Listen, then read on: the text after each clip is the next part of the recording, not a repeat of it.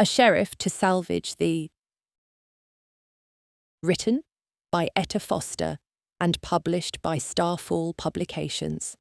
Save more with our offers and bundles on our website starfallpublicationsbooks.com. Subscribe for more audiobooks. Enjoy. Prologue. The funeral of Joseph Milborn was a simple affair for a simple man. The pews in the little white clapboard church were packed with the people of Long Valley. The women were in dark dresses and veils, the men with their hats at their sides. The tiny, tight-knit community had been there for the plentiful good times, and they had supported him during the illness that had ultimately taken him away. Now, they rallied around the most important piece of himself that Joseph had left behind. His lovely young wife, Clementine, stood in front of the open pine box in which her husband lay. Tears streamed from her sage-green eyes as she bent down to kiss him one last time. "Lord, have me not wake if it be true," she whispered in his ear. "Joseph, my darling, my love, how can I go on without you?" Joseph did not answer. He was still and pale in the narrow coffin, but peaceful. Clementine took a blossom from her hair and tucked it gently beneath his folded hands. Motionless, she stared at his sleeping face until dear, sweet Shirley Harris took her by the elbow and guided her away. There, honey," Shirley whispered. "It's time to let him go." But Clementine couldn't resist a final glance over her shoulder, only to catch sight of the lid being nailed down atop the coffin.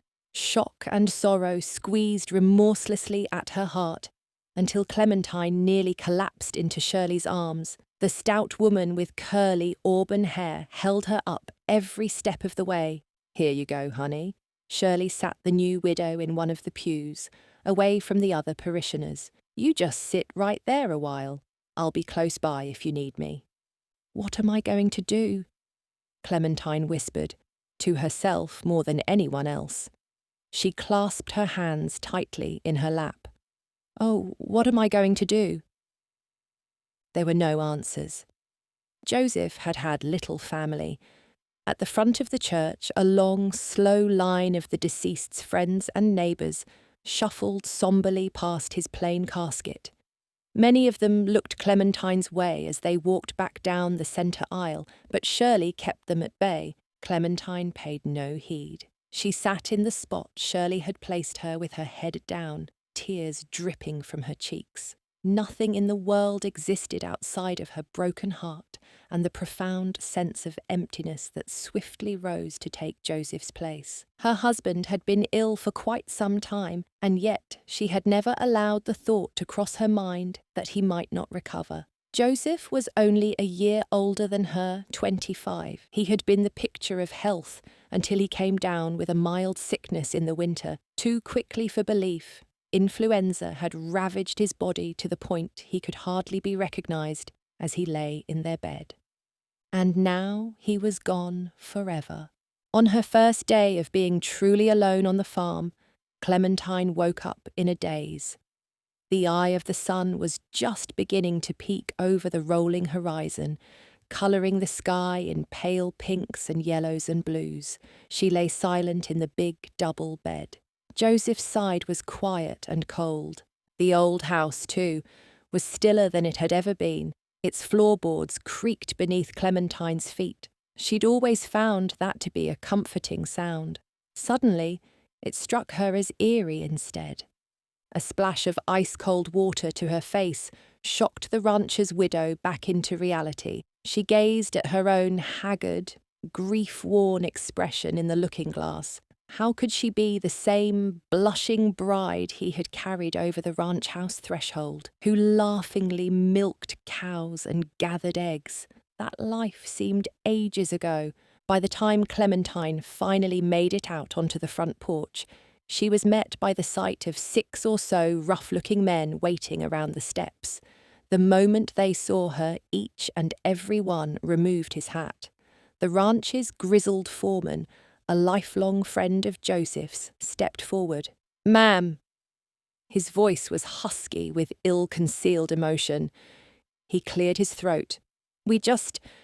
We've been waiting here to let you know, no matter what, we'll be here to make this place work. Don't matter what pay you got for us, or if we'll be eating with the hogs from now on. This place was Joe's dream. We're going to keep living it for him." With that, the solemn group dispersed back to their normal duties. It was, after all, a normal day. Except that it wasn't. Joseph wasn't there to whistle a merry tune on his way out to the fields, his tone so high and clear she could hear it long after he'd left. Clementine retreated into the house again for her first hard, lonely cry. She stood at the little kitchen window and stared out at the lush West Virginia pastures. They were blurred almost beyond recognition. She doubted they'd ever look the same again. Still, time passed. The knife's edge of her sorrow dulled from a stab to a slow background throb. Clementine allowed herself to wallow in her misery only for the first day or two. After that, she had been saved by the weight of her continuing responsibilities. The ranch had not died with its master. Rather, it kept thriving on the foundation Joseph built with hard work and determination. All she had for help were her late husband's half-dozen hired hands. That first morning, they had gone to work with empty stomachs in order to give her space to grieve. Clementine was determined such a thing would never happen again. Through the haze of enormous loss, a routine emerged. Up at dawn to milk cows, gather eggs, and cook a big breakfast for the boys, as she called them. Then out to feed and groom the horses and tend to her personal garden. Early in the afternoon, she packed lunches to take out to the men in the fields and barns, which were always received with utmost gratitude. That was when the safety of her structured schedule sometimes failed. Clementine hated walking back alone to the rambling old house, knowing there was no one waiting for her. She swore sometimes she could feel Joseph around, leaning on the fence out front or wandering through the rooms.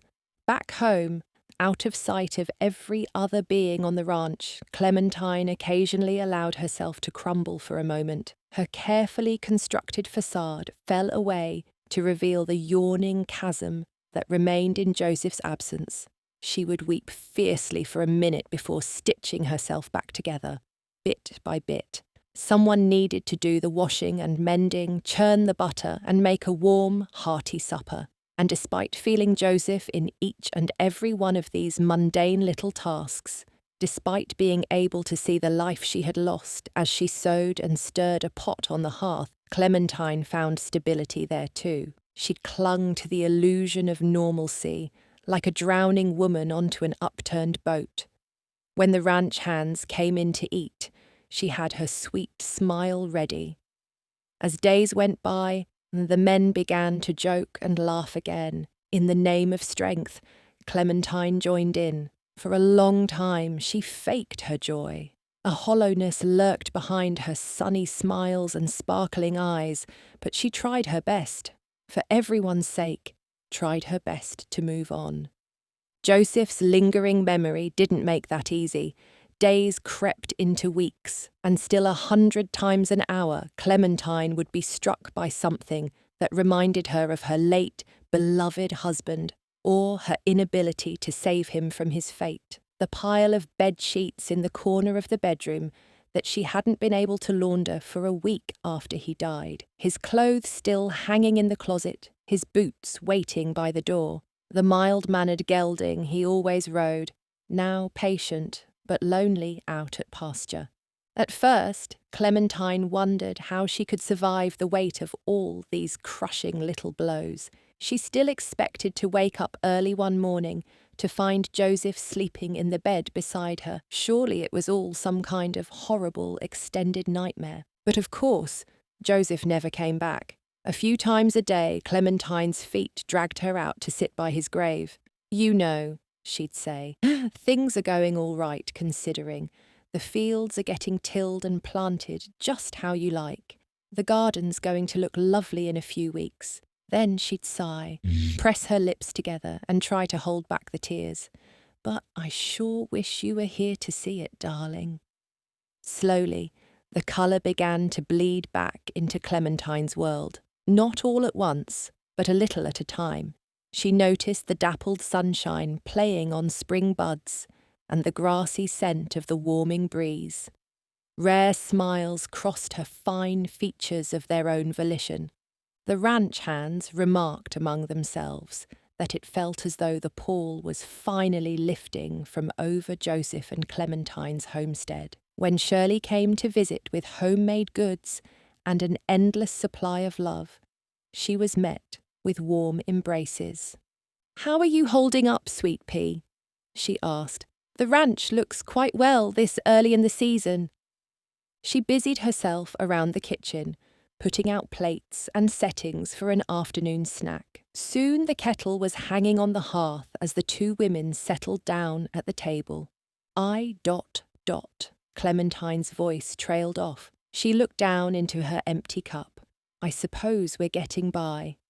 Things are mighty different now."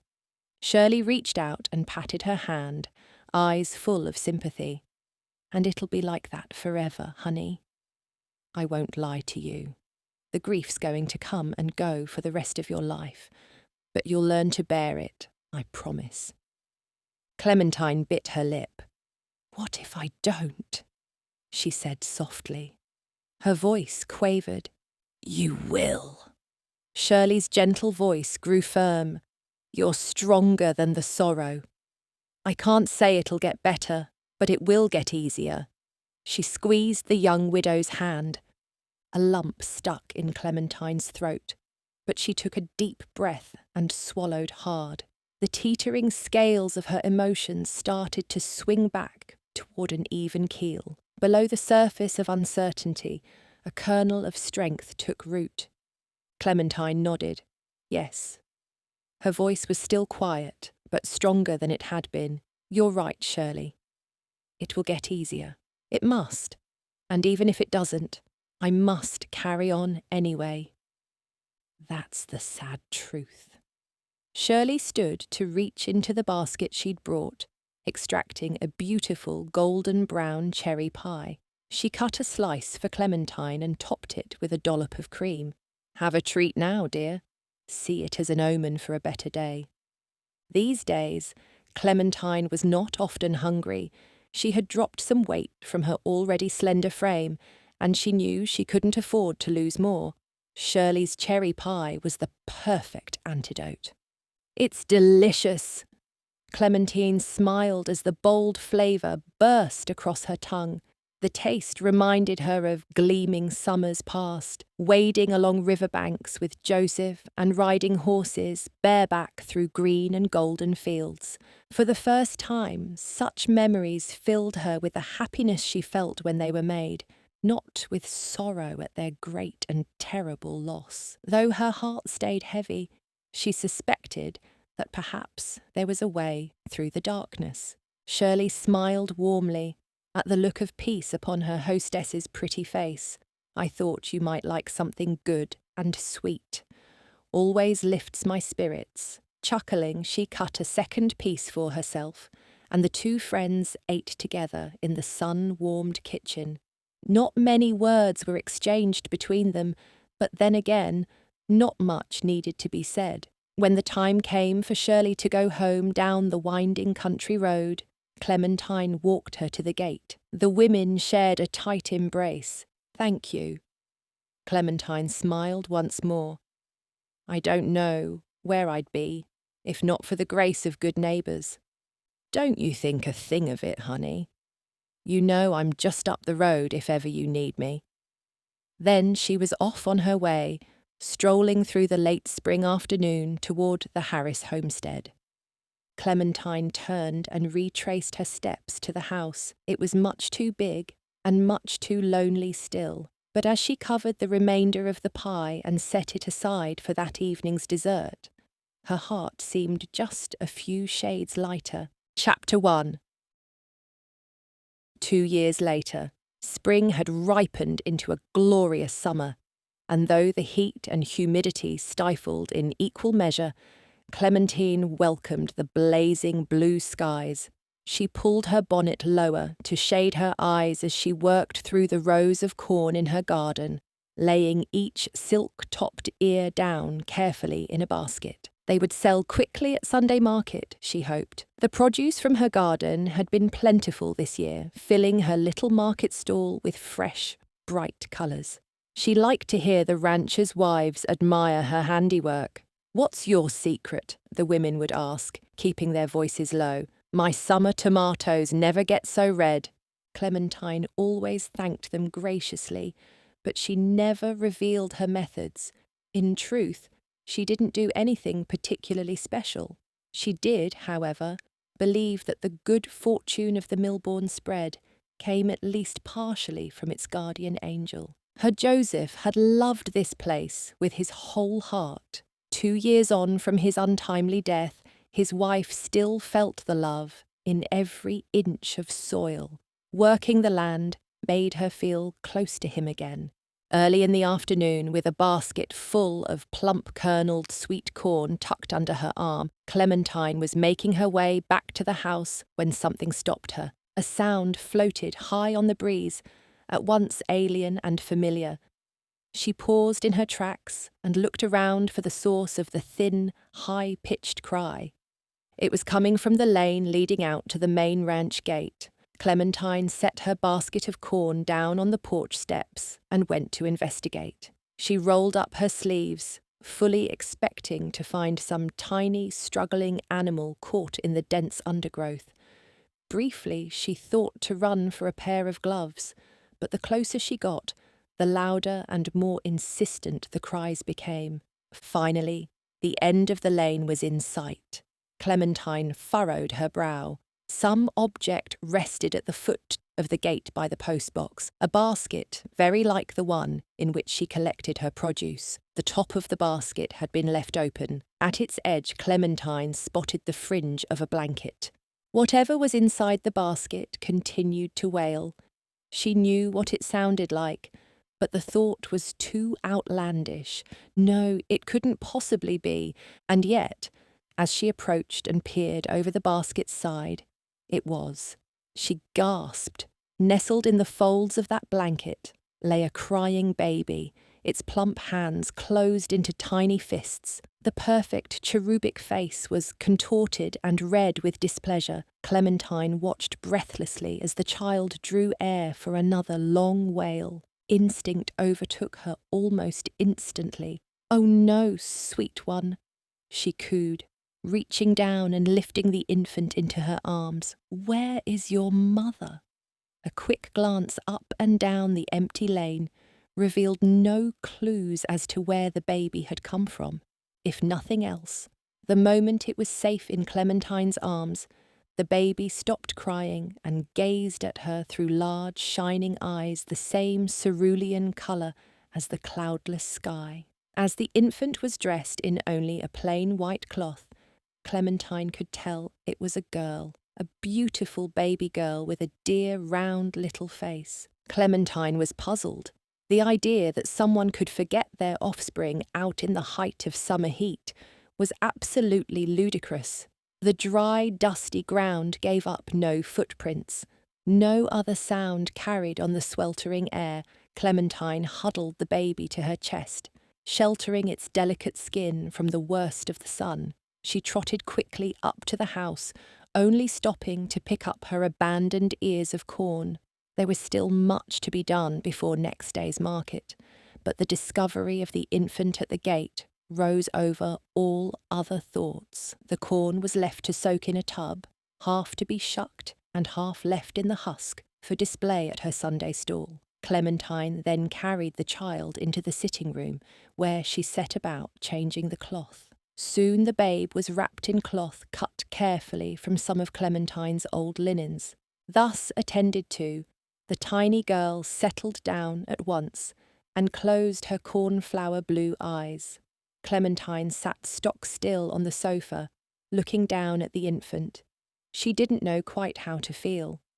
In her own girlhood, Clementine had been both an elder sister and a nanny. She was hardly a stranger to babies, even those as young as the one now dozing soundly in her arms. Still, she couldn't help the anxiety causing her heart to race. This must be someone's child. All the rest of the afternoon and into the evening, Clementine waited for what she was sure would come. A knock on the door, a young woman frantic with worry, or her husband searching for their inexplicably lost daughter. What explanation could they possibly have? The sun dipped lower toward the horizon, and Clementine imagined passing the child into her parents' arms. The inevitable reality of such a scenario made her irrationally sad. She shook her head. No, it wouldn't do to let her own foolish emotions get the upper hand. The girl was certainly precious, and also certainly missed. It was only a matter of time before that knock arrived. Resignation turned into concern and worry as the sun disappeared and dark blue velvet took over the sky. Clementine swaddled the baby girl, tied her in a sling across her chest to keep her close, and carried on with her work. With the little girl's soft babbling to accompany her, she washed and husked her corn, bundled her fruits and vegetables, and packed up fresh bread and butter for tomorrow's sale. Her parents were nowhere to be found. "Where do you think your mama is?" Clementine asked her charge for the 100th time. "Your papa." Big brother or big sister. Perhaps the bereft family had been simply passing through when their unfortunate youngest fell from the back of the wagon. She couldn't think of an explanation that made any more sense. The baby smiled up at Clementine, grasping a little fistful of her silky dark hair. Clementine's heart swelled. She had always adored children, and of course, she and Joseph had hoped to have a family one day. His death had been the end of that dream, until now. It was awfully bittersweet to think she might have gotten her chance without him.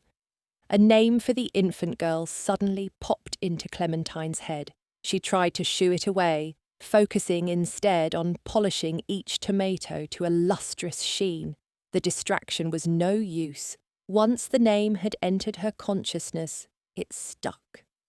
Clementine sighed. She tucked it away for later consideration. She mustn't get her hopes up. It was still possible that the wayward parents could appear at any moment to spirit their child away. The baby cried, to be fed only once in the night. Clementine woke to the noise from a deep and vivid dream. The sensation was much the same as the haze she'd wandered through just after Joseph had passed away. For a long moment, she lay in her bed, staring up at the ceiling and collecting herself. The blanket-lined basket in which the child slept was close by the side of the bed. Clementine peeked over the edge to see two moon-like blue eyes staring hungrily back at her. She laughed despite herself. All right. She scooped the infant into her arms and took her to the kitchen. "I do hope I can help you to settle down." It didn't take long to stoke up the fire and heat up a little milk. Carrying the mug and spoon in one hand and cradling the baby in the other, Clementine took them both back to bed. Pale silver moonlight filtered in through the bedroom curtains and illuminated the strange yet lovely scene. Clementine hummed and rocked the infant, spooning warm milk to her little by little. She brushed the fair blonde hair from the baby girl's face. She was sure it was no more than wishful thinking, but she could have sworn the girl bore more than a passing resemblance to her fair-haired, fair-skinned Joseph. "Were you sent to me?" Clementine murmured, the latest in the day's long stretch of fanciful theories. This one, however, she found comforting, and she held on to it as she and the baby both drifted off to sleep. The next day, Clementine was up before dawn. As usual, she washed and dressed, fed the baby, and slung her across her back so she could go about the morning's chores with both hands free. The child cooed contentedly as Clementine stepped out onto the porch. The sky was just beginning to lighten, and the encroaching heat still lay mostly dormant. Clementine headed for the chicken coops. "Mornin', Mum." The ranch foreman passed her on his way to the barns. He offered a friendly smile, turned away, and then turned back quickly. He had seen the infant at dinner the previous evening, but no doubt had assumed she would be reunited with her rightful family by now. Clementine knew what he was thinking. "There's been no word," she said simply, "and I can't just abandon her." The ranch hand rubbed his chin. "You ought to take her to the church," he suggested. "Bet Pastor Smith would know what to do." His implication was clear. Clementine couldn't possibly keep the baby. His suggestion was reasonable too, but a pang of dread still resounded in her chest. She held back her feelings and gave him a grateful nod. "I think I will," she lied, "after market this morning." He didn't say anything else, but she saw the scepticism in his eyes before he continued on his way. The townspeople would have opinions, should they see her in public with a child not her own, especially the gossipy women who loved to buy her produce. There would be questions, many of them. Likely there would also be judgment, both subtle and overt. Clementine's widowhood was well known in Long Valley and well discussed, as was the fact that she hadn't taken another husband. Some of the other wives felt 2 years to be much too long. Others admired her devotion to the bond she had shared with Joseph. Clementine understood she couldn't hope for such widespread support where the mystery baby was concerned. But it didn't matter, either. Not to her. Whether anyone liked it or not, the infant had been dropped at her gate. Had she left her out there in the scorching heat, the girl wouldn't have lasted until evening. The choice was a matter of plain morals. Besides, perhaps the mother and father might turn up at the market. Maybe they hadn't thought to come to Clementine's ranch looking for their daughter. The chance was slim, but not impossible. Clementine paused at the entrance to the first coop long enough to draw the sling up around the baby's nose and mouth, protecting her. She gathered the eggs into her skirts as quickly as possible, suddenly very aware of the dust-thickened air. The tiny girl sneezed, but she laughed with delight at the sight of the disgruntled hens being shooed off their nesting boxes. "Would you like to be a rancher's girl?" Clementine asked fondly. Her mind had already started to conjure visions of a pretty blonde toddler holding on to Clementine's skirts while they went about the chores together. She'd done her best to do away with meaningless fantasy. Still, her heart knew what it wanted. Her heart wanted so desperately to keep this perfect little baby. She wanted to give her the name which had already been so lovingly chosen. Chapter 2. On a different day, under different circumstances, Roger Wilson would have loved the ride to a place called Long Valley in West Virginia. He was most at home in the saddle, horse hooves kicking up plumes of dust from the rutted dirt road that stretched behind him, all the way back home. Back to his old family homestead, and to Marianne. Both were gone now, for different reasons. He'd sold the sprawling ranch his father and grandfather had built by hand, just so he could get away from the woman who had broken his heart. Beautiful Marianne had simply left. She had given her heart to someone else, though she and Roger had been happily betrothed. At least, he had thought that they were happy. He couldn't think of her without remembering the bliss of their all-too-brief engagement, and then the pain of losing her. On his way out to the rolling hillscape of West Virginia, Roger tried not to think at all. He had almost no possessions, outside of some clothes and provisions for the journey. Everything else had been left in the past, where it belonged, including his broken heart. He kept his eyes forward on the empty country road, letting the rhythmic cadence of his horse's hooves drown out the thoughts in his head. The sky above gleamed a cold, hard blue, studded with drifting clouds. Once upon a time he'd have thought a day like this to be perfect. Now it was just one in a long line of others. It didn't matter how bright the sun was shining on the outside. For Roger, the rain came all the time. Hardly realizing it, He reached up and clasped the simple silver locket hanging by a chain around his neck. His engagement gift to her. She had given it back on the night she'd told him there was someone else. Roger knew he shouldn't wear it, but it was the one thing from the past that he couldn't bring himself to let go. Despite her best efforts to slip quietly and completely out of his life, Marianne was coming to Long Valley with him, in a way. Back home, Roger had begun to think she'd always haunt him, as if she were dead, a beautiful, mournful ghost. He'd accepted the sheriff's post in West Virginia as soon as he got word it was free, desperate to escape Marianne's memory. At least there was some distance between them now. Roger blinked at the lush green landscape rolling out before his eyes and realised it was blurry. Though the stubborn sorrow welled in him, he forced it back. There on the road he made a solemn vow. Here was a new Roger Wilson, on his way to the start of a better life. From now on, Marianne might as well have been a figment of his imagination. He certainly resolved to treat her as such. Still, as he finally rode into Long Valley near the close of day, her locket was tucked under his shirt. He promised himself that someday it would be gone too. The man who had sent word about the open job was a round-faced, genial fellow named Irvin Boyd. "Pleasure to meet you, sir," Boyd said, shaking Roger's hand. "Been a long time since this town had a proper sheriff. Me, I'm just glad I can go back to being deputy." He guffawed at his own joke. Roger couldn't help smiling. He was tired and dusty, and he needed a drink, but it was nice to be greeted by a friendly face. Boyd gave him a short tour of the tiny law post and the adjoining two-cell jail. "Not too different from home," Roger remarked. "Like I said in the letter, it's a sleepy place." Boyd took his hat off a hook on the wall and placed it atop his mildly balding head. "Or at least it used to be. Probably the most trouble you were liable to have is the locals being clannish. But lately," he shook his head, "something's changed. Don't know if it's something in the water or what have you, but there've been outlaws about."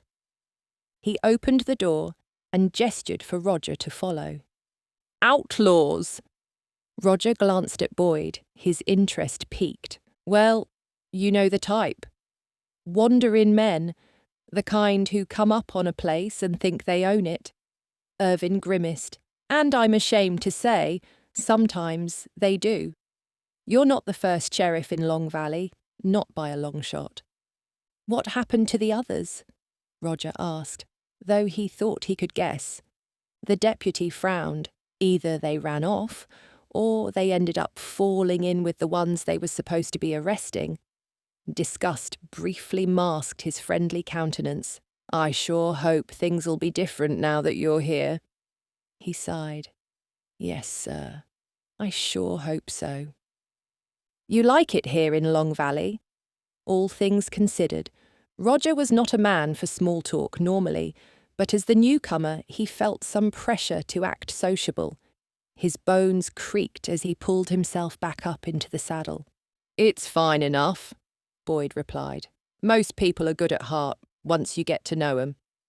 Don't make much trouble unless you force their hand." He chuckled. "Once a fight starts in Long Valley, you can bet it'll get finished." Roger nodded. He knew small towns and how they were. He'd debated lighting out for one of the big cities, the places where the streets were never quiet. It would have been easier to lose himself in a place like that, forget everything he'd been, everything he'd had.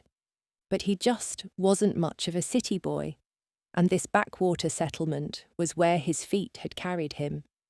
He wondered vaguely what his new place looked like. To his surprise, Deputy Boyd led him back the way he came, to the end of a pebbled drive. "Here you are." Boyd stopped his horse in front of the unassuming gate. "It's not much, but I think you'll like it well enough." He dropped a key ring into Roger's open palm. "You just holler if you need anything, Sheriff, and welcome to Long Valley." Roger waited until Boyd left, before sliding down from his horse and unlocking the gate. The fence was old but well made, its hinges oiled into silence. He took his mount by the bridle and walked down the path. The brush on either side had been trimmed recently, the pebbles raked and washed. Long Valley had been expecting him. Up ahead, the shape of a house grew gradually out of the early evening shadows. A lantern hung from a hook beside the door and cast a yellow pool of light down onto the veranda. Roger paused to look at the place from the outside. Like its gate, the sheriff's house was sturdy despite its apparent age. The outside was rough-hewn, charmingly knotted in places, weather-beaten but strong. The steps felt nice and solid under Roger's weight. They didn't give a centimetre when he tested them. He took down the lantern as he unlocked the front door. Flame light spilled into a cosy front room that was packed with a table, a sofa, and a thick brown rug in front of the hearth. A small kitchen sat to his left, though he figured it wouldn't get much use. The thought of cooking alone brought him down pretty low. The bedroom in the back looked just like the rest of the space. Polished blonde wood, humble furniture, a rug made of some soft pelt. Roger put his few belongings down at the foot of the bed, which he couldn't help noticing was double. He felt his throat start to tighten and fled back into the safer, less personal part of the place. Boyd was right, it wasn't much. But Roger had never had much to start with. The little house would suit him just fine. He sat down on the end of the sofa, sighing with equal parts relief and exhaustion. Kicking off his boots was like freeing his aching feet from 10 years' hard labour. He leaned back and shut his eyes, drinking in the silence and the luxury of staying still. It didn't take long for the quiet to turn on him, though. The aches in his body gave way to yet more intrusive thoughts about the life he intended to leave behind. Again, he saw Marianne, beautiful and cruel, telling him with sad eyes that she was no longer his woman. "I'm sorry, Roger," she'd said in her maddeningly sweet voice. "I really am." "Oh, I hate to hurt you." A couple of tears had sneaked out of the corners of those big eyes, and she'd undone the clasp of the locket and held it out to him. "But we're in love, and I want to marry him." He hadn't fought with her, hadn't seen the sense in it. He knew Marianne well enough to see when she'd made up her mind. Taking the locket numbly in his hand, he had walked away from her without a word. It was a walk he took again and again in his mind. At least once a day, he asked himself why he did it. If only he'd had the guts to turn around and tell her no, he wouldn't let her leave him like that. Maybe she'd wanted to see him fight for her, but he hadn't. And he'd never know if he had made the right choice. Roger opened his eyes to the blank, dusky canvas of the cabin's log ceiling. Dark shadows shifted back and forth at the edge of his vision. The last of the red sunlight was dying. Only when he moved to get up did he realise how thoroughly bone-tired he was. "I could sleep right here," he mumbled to himself. "In my clothes and everything. Nobody would ever know." That was true. True and hard to reconcile with. Something about the encroaching night amplified the emptiness of the house. Roger pushed himself slowly to his feet, reminding himself that he was a sheriff, not a vagrant. He wasn't a guest either. This was his place now. But the little cabin still seemed foreign, as if tomorrow he'd ride back to the sheriff's office and return the keys to Deputy Boyd. "Turns out I'm just passing through." He undressed carelessly and fell onto the bed, not bothering to get under the sheets. His clothes lay scattered on the floor around him, smudged with sweat and dust. If he'd kept his eyes open for longer than it took to take them off, he'd have seen how misplaced they were amid the pristine cleanliness of the room. No one had lived in the sheriff's residence for a long time. Wasn't that what Boyd told him? Drifting in the no-man's land just before sleep, Roger realised suddenly what it was missing. The touch of a woman, a homemaker, someone to make the cabin feel warm and lived in, rather than simply well arranged. He knew he could do nothing about that himself. That belonged to a woman, a wife, and a lover. The chain around his neck had drawn tight when he hit the bedspread. It dug into his skin. Roger rolled onto his back and clasped his hand around the cool metal for the second time that day. Encompassed by deepening darkness, the lantern extinguished. There was no hiding from his sadness. This time, Roger allowed the crashing wave of sorrow to wash him away. The weight was overbearing. In the throes of emotion, he struggled to breathe. As he lifted the locket and pried the halves apart, tears coursed down his cheeks. He could hardly see Marianne's face through the veil of night and through his own sadness. It didn't matter anyway. He couldn't forget her if he tried, and oh, how he had tried. Chapter 3. The baby's parents never came, and gradually Clementine stopped expecting them. She quickly grew accustomed to hearing fussy cries in the night and seeing that cherubic face, those big blue eyes beaming at her every morning. They had a routine now, she and her little companion, and she found it bizarrely comforting. As yet, the child was still unnamed, although she could feel her love for the baby growing every day, every hour. Clementine hesitated to completely claim her as her own, but as the days went by, as she continued to feed, clothe, and shelter the tiny girl, Clementine became more and more confident that no one else could care for her. That first market day had been interesting. Of course, there was no hiding the infant tied snugly across her chest, especially not when the girl fussed from heat or hunger, and Clementine had to turn her attention away from the stall to tend to her. Initially, there were only glances. Little whispers passed between the customers who browsed the produce as they subtly tried to crane their necks and catch a glimpse of the young widow's precious bundle.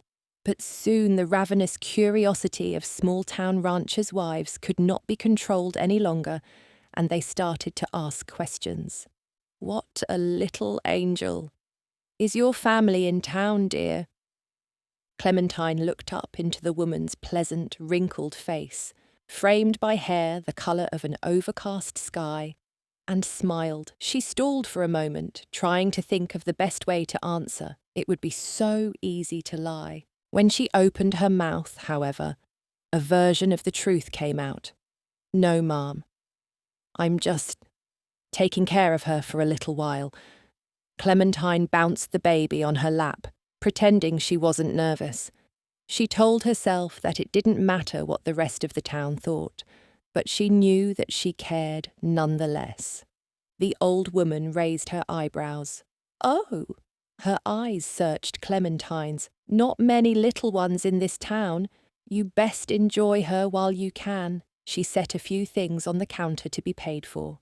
Clementine chuckled. I certainly intend to.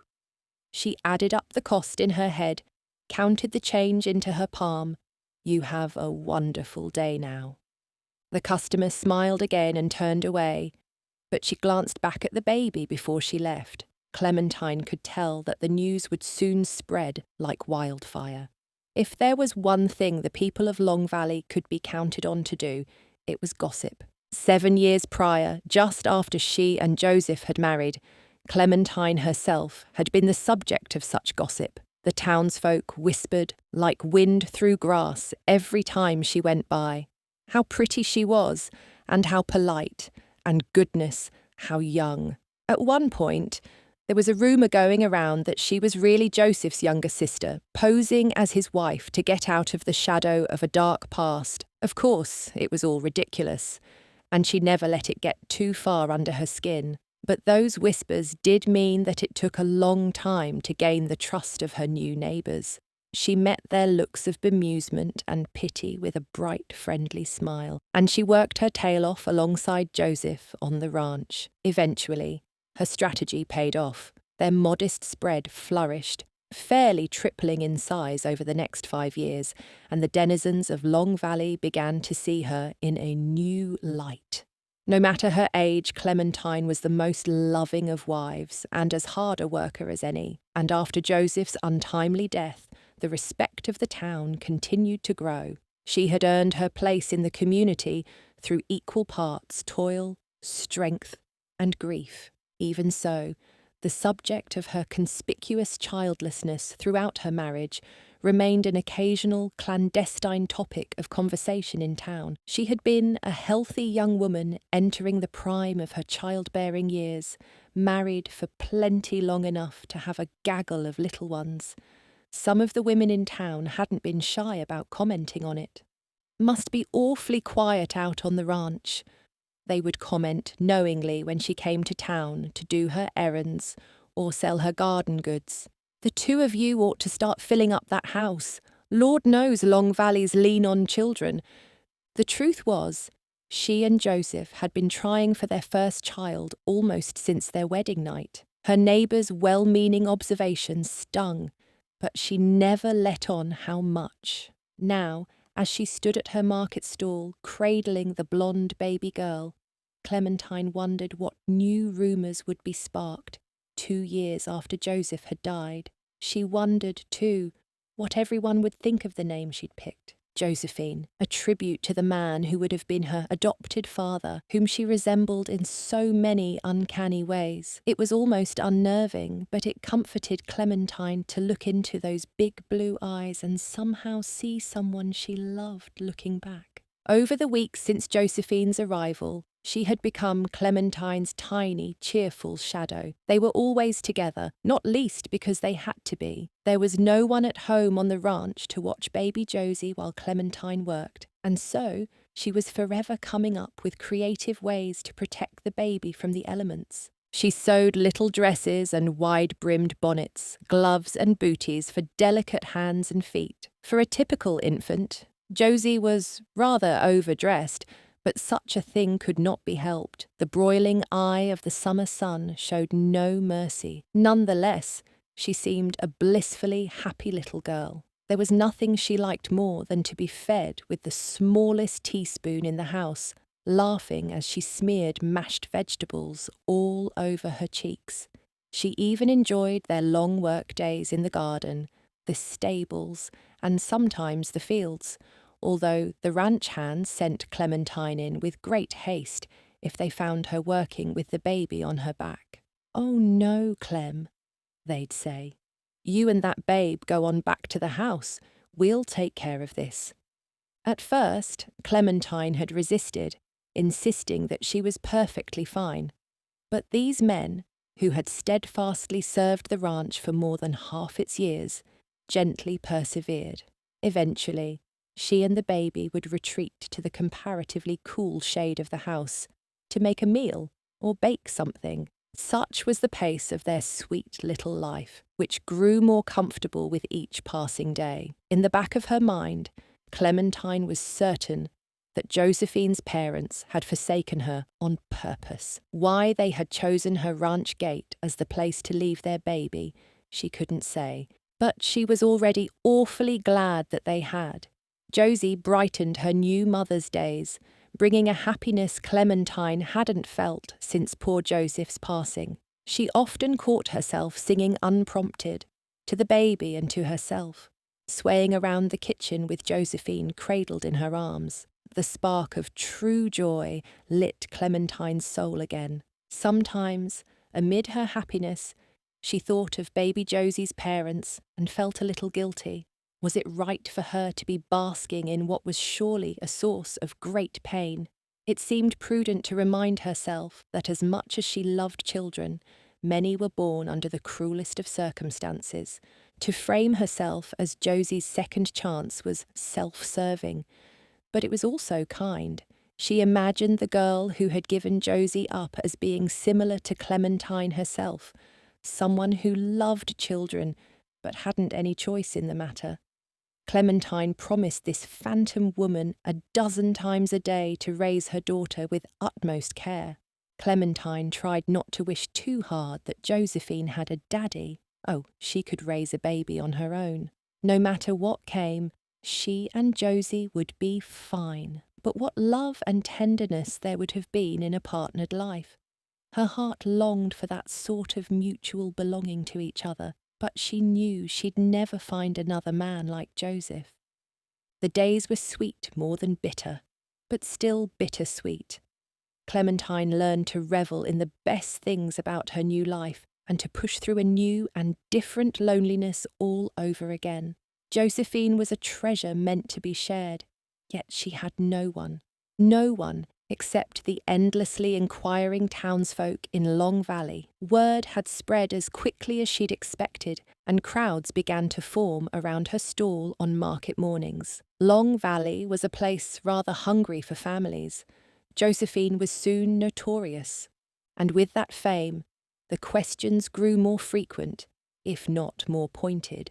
It became clear that the little girl was not a niece, or the daughter of a friend. Clementine didn't have much of a stomach for continual fibbing, and finally admitted to the circumstances of Josie's arrival. "Someone left her at the gate," she told a sea of interested faces. "They never came back, so I guess she's stuck with me now." Interest turned immediately to shock and puzzled delight. The unanswered question of the child's authentic parentage became the new talk of the town. Clementine's worries about skepticism and doubt were quickly put to rest, to her gratitude. She was one of Long Valley's own, and they were proud to have her. "An angel, that girl," the matrons said to each other as they browsed among the goods at the general store. "That sweet little thing is so lucky to have landed in her arms."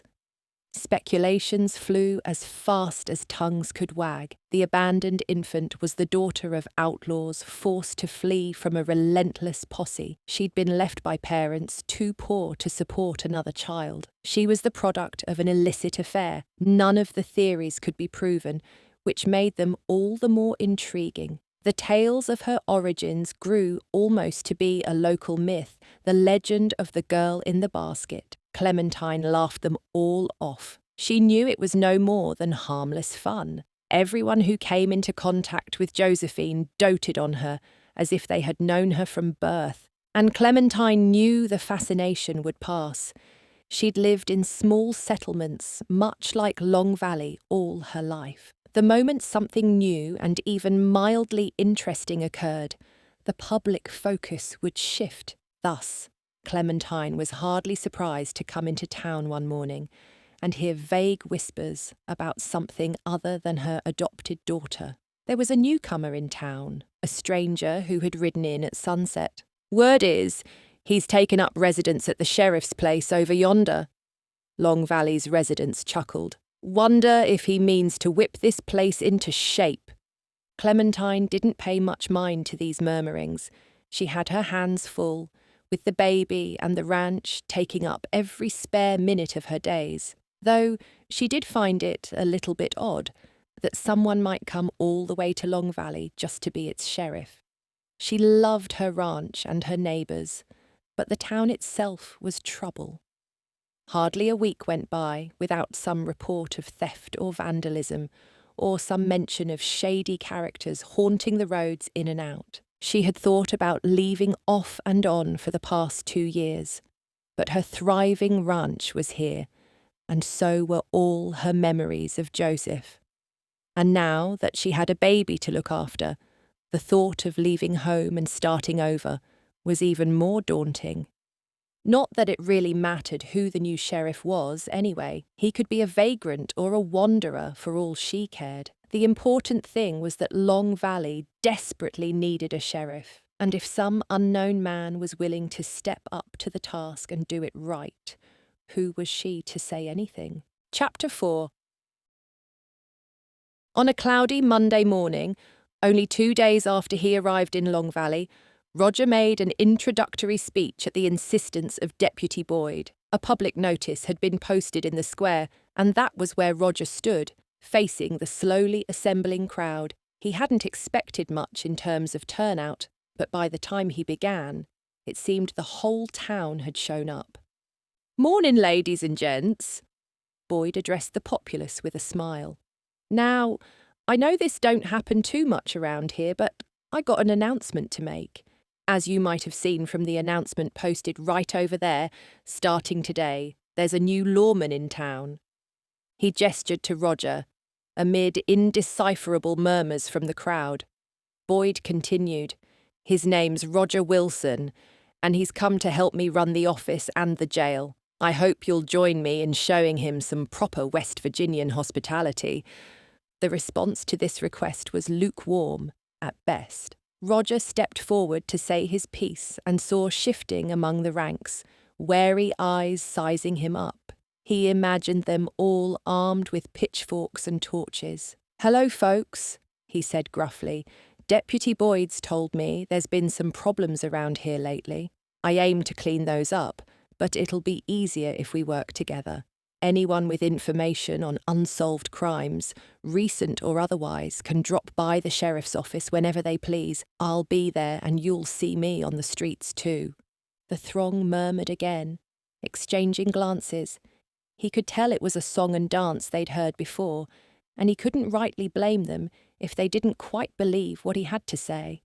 But he was determined to do his job well, or at least as well as they'd allow. He cleared his throat. "Anyway, that's all. Thank you. I'll see you around town." They waited for a few moments longer before starting to disperse somewhat suspiciously, as if they thought he was leaving something out. Roger watched them go. He was left with an uneasy feeling that perhaps things would be more difficult than he had anticipated. Then again, a new challenge might be just the thing he needed to take his mind off the stubborn grief of his failed engagement. If there were outlaws about, he had a lot of work to do. He believed that every citizen of every small town in the country deserved to feel safe in their own homes. Roger vowed to make it so. As he quickly discovered, crime around Long Valley had been on the rise for years. Deputy Boyd, as personable as he was, had plainly been unequipped to handle any infractions more serious than loitering or a couple of rowdy drunks in need of a night on a cell floor. The two cells themselves were tidy enough, but the doors were unsecure, their locks rusted. "Can't get a locksmith out here to fix 'em," Boyd explained rather apologetically, "on account of the area's reputation. They don't want their tools stolen." He scratched his head. "Can't hardly blame 'em. Feels like the deck is stacked against us here." Roger was inclined to agree. The more he heard about the roughness of Long Valley, the more unsettled he became. Although he was a brave man with no intention of running from what he considered his sworn duty, he had little experience as a full-blown sheriff. This would be a trial by fire if there ever was one. But Roger wasn't scared. He had walked through fire every day since Marianne left.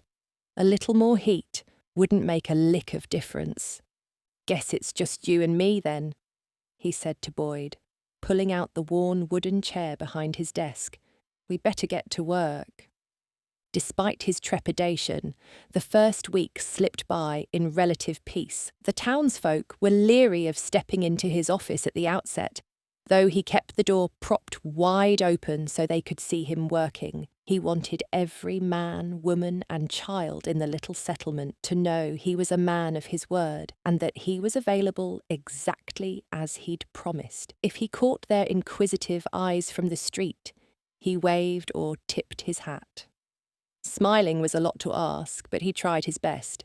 They still didn't like him. He saw the distrust as plain as the nose on his face. They didn't want to talk to him or welcome him into their tight-knit fold. Sometimes they even crossed the street, rather than walk past the open door of the sheriff's office. The aversion lessened if Boyd was there, but a certain frostiness never left the atmosphere.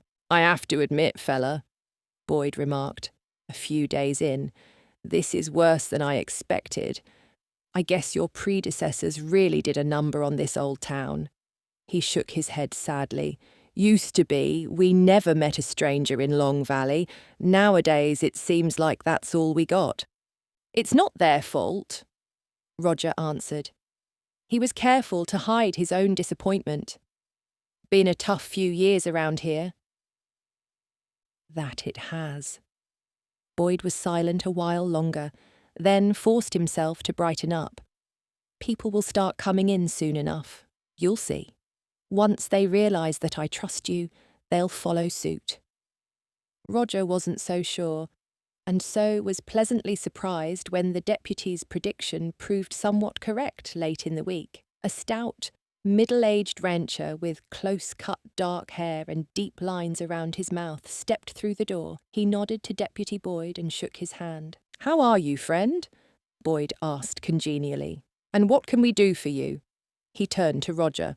"Sheriff, this is Howard Flynn, runs a big old spread just to the south of here. 500 head of cattle on a good day." Roger raised his eyebrows, impressed. That kind of wealth was bound to attract trouble seekers, no doubt. He got up and crossed to Boyd's desk, offering his own hand. "Pleased to meet you, Mr. Flynn. How can I help?" Flynn ran a weathered hand over his stubbly jaw. He spoke reluctantly. "Well, the thing is, we're losing some of our cattle. Not too many, and not all at once. But I count 'em when I bring 'em out, and I count 'em when they come home. This week, 5 have up and disappeared." "Dairy cows?" Roger asked. He slipped a pad of paper out of his pocket and began to take notes. "Most of them are for meat." Flynn gave the sheriff a pointed look. "Worth a lot of money if they stick around long enough for me to sell." "I understand," Roger said, meaning it. "Even to a man of your means, it's a significant loss. Any patterns you can tell me about? Clues? Time of day, broken fences, tracks in the mud? Noticed anything odd?" Flynn chewed his lip, considering. The creases in his face deepened as he thought. "It's the older ones, usually. Makes me think the culprits know what they're doing, which ones to separate out, which ones won't put up as much of a fight." He shrugged. "Or maybe it's easier to brand over an old scar. That could have something to do with it." "What's your brand look like so I can keep my eyes open?" Roger asked. 2 bars in a circle." Flynn eyed the nub of Roger's pencil. "Wasn't really keen on troubling you about this, but—" He shuffled his feet. "I'm a mite worried that if it keeps up, I won't be able to buy or sell. Folks got a way of finding out about bad luck, and they can be mighty superstitious." "Sure." Roger finished up his notes. "You mind if I take a ride out to your land? I'd like to look around." The request caught Flynn off guard. "Sure," he said after a moment of hesitation. "Sure, why not?" To Boyd, Roger said, "Hold down the fort, deputy. I'll be back." Boyd saluted. "You got it, Sheriff." As it turned out, there were no clues to speak of around the Flynn property, save for a few bent fence posts and some matted down grass. The rancher's family fled into the house at the sight of the sheriff coming up their front path. More than once, Roger caught glimpses of children peeking out from behind drawn curtains. Still, he faced no direct harassment. Flynn hung back as Roger worked. "It's decent of you to ride out," he admitted as the 2 men returned from the back pastures. "Haven't had a sheriff who'd make a house call ever since we moved here." "And when was that?" Roger braced for the answer. 4 years ago, or thereabouts. Flynn surveyed his land, eyes squinting against the afternoon sun. "Thought we could make a decent living in an up-and-coming place. Less competition to handle, and I guess that's been true." His eyes, dark and sombre, locked onto Roger's. "But it's like I told you, Sheriff. I can't sustain too many losses and keep food on the table. Worst comes to worst, they'll drive us out." The implication was crystal clear. Fix the mounting problems in Long Valley or sacrifice the town. "I hear you," Roger replied gravely. "You've got my word, Mr. Flynn. Boyd and I will see to it that this gets resolved." "Ain't nobody got to tell you a sheriff's word don't mean much to us. Not after we've seen them come and go." Flynn smiled thinly. "All the same, I appreciate it. Maybe you're different, Sheriff. I sure hope so. Roger didn't sleep well that night, or many of the nights following. Behind his eyelids, he kept seeing the strain in Howard Flynn's face, the deep lines making him look decades older than his years. He thought of the children hiding in the house, children who'd have empty stomachs if their father's cows didn't stop disappearing. The dire state of Long Valley depressed him, but it also gave him more purpose than he'd had in months. Marianne didn't need him anymore. The people here, on the other hand, certainly did, whether they admitted it or not. When all else in his life looked lost, he now had his duty to cling to. If only they trusted him an ounce more than not at all. He knew he had to do something to reach them, put himself out where he could be accessible. They had to see him as a person, as well as a figure of authority. He meant to help, not harm. Roger stared up at the wooden beams crisscrossing his bedroom ceiling in the dark. The obstacles littering his path were many, but they were by no means insurmountable. A broken heart might never change, but a guarded one could be persuaded. In time, they would come to know he wasn't to be feared or mistrusted. Until then, he was a man on a mission. Find the danger wherever it lay and eliminate it forever. Lift the curse of misfortune floating above this little corner of West Virginia. Pour his personal pain into the task of making Long Valley happy and safe once more. Scan the QR code or click on the link in the description to read the full book. The full audiobook will be available on YouTube in a few days. What did you like the most? Comment below and share this video on your social media and with your friends. Watch one of the following videos. Subscribe to our channel, like this video, and hit the notification bell to not miss any new audiobooks. Thank you for watching.